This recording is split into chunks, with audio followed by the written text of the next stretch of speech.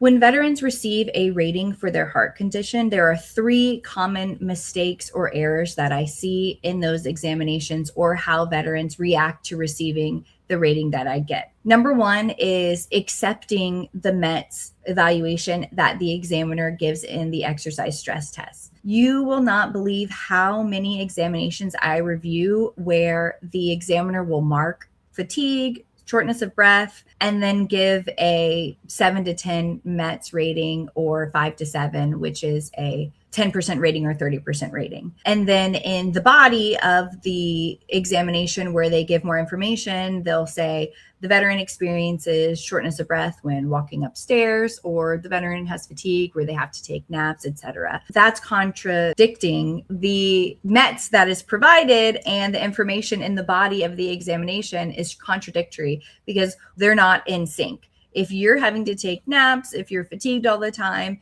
if you are having shortness of breath going upstairs, then that is not indicative of a 30% rating or a 10% rating. You should always ask for your examination. It's in your C file, and you can see in the exam, it will say exactly the METS level that they give you and then equivalent symptoms with it. So if you're experiencing shortness of breath going upstairs, you'll see that is indicative of a 3 to 5 level METS, which is a 60% rating rather than a 30 or 10% rating, which was given. I feel that heart conditions are lowballed a lot of the time, and they try to just give a 30% rating, even though the symptoms are more aligned with a 60% rating. 60% rating seems to be the most common that I see due to the extent of shortness of breath and fatigue. So if they give you a 30 or 10% rating, don't accept that. I have been seeing a lot of 10% ratings lately, which is mind-blowing to me. If you're getting a 10% rating, then that basically means you're having no symptoms and you only need medication for your condition, which I doubt that's the case. And if that isn't the case, then you absolutely should be appealing that rating. So the second mistake that I see is a veteran will file for a heart condition and they won't file for any secondary conditions. There are so many conditions that can be secondary to your heart disease. Number 1, erectile dysfunction, which you can get special monthly compensation K for. You get an additional benefit on top of your combined rating for erectile dysfunction. Now, that could be caused by your heart condition. That could be caused by the medication that you are taking for your heart condition, but that is a common side effect or a common secondary condition with heart conditions. Other secondary conditions that I see are if you have a heart condition and you start to gain a lot of weight, or you're unable to exercise because of the shortness of breath and such, you can develop sleep apnea, diabetes, a mental health condition, anxiety, depression, because of the experiences that you've had with this heart condition, whether that be having open heart surgery and being limited after, or just being limited in your activities of daily living due to this heart condition. So the second mistake I see is not filing for secondary conditions to your heart condition, because there are multiple things that heart conditions then can cause, and those are just a few examples.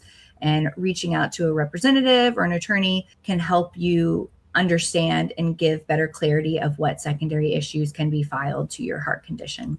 The third mistake that I see commonly is when a veteran has a 100% rating for their heart because they had surgery, but that 100% rating is temporary for recuperation after the surgery, and then they will have a new examination to reduce that rating. A lot of times for those reductions of the ratings, they lowball the evaluation that they're giving you. Again, it's similar to that initial exam that they are providing for the METS exam, the interview-based METS test, that a lot of times there will be contradictory information where if you're having severe shortness of breath, fatigue, etc., the examiner is putting that in the body, or not even including it at all. If you're stating it, you know what symptoms you're experiencing on a daily basis. So it's important to go online. You just Google IHD, ischemic heart disease, DBQ VA, and you can see a copy of the examination, and you scroll down to one of the last pages, and that's where the interview-based METS test is, and it will list out the common symptoms or the common activities that are the equivalent of that METS. So I see a lot of veterans, when that rating is reduced, they don't appeal it. And so if it's reduced to 10% or 30% and you're having symptoms that are more severe, it could have been a not extremely thorough CMP examination, or they weren't accepting the information that you're providing them, or maybe you didn't provide enough information for them. But regardless, you know what symptoms you're experiencing, you know what is limiting you in your daily activities, in your daily life.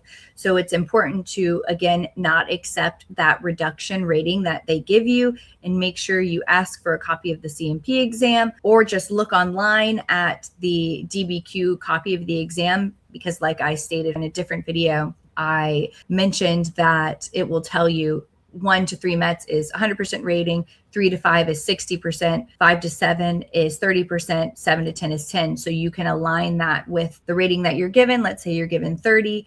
You look at the DBQ online and you see that what is equivalent to a 30% rating is pushing a lawnmower or heavy yard work. If you're not able to go outside and push a lawnmower, which to me seems extremely difficult without having severe symptoms, then your rating is probably incorrect. So that's the third mistake that I see often when veterans are having review of their heart condition. Hey, Nate here, Hill & Ponton's video guy. The video you just watched is expanded on further in this one right here. Learn something more, increase your rating. As Matt always says, knowledge is power. So go ahead,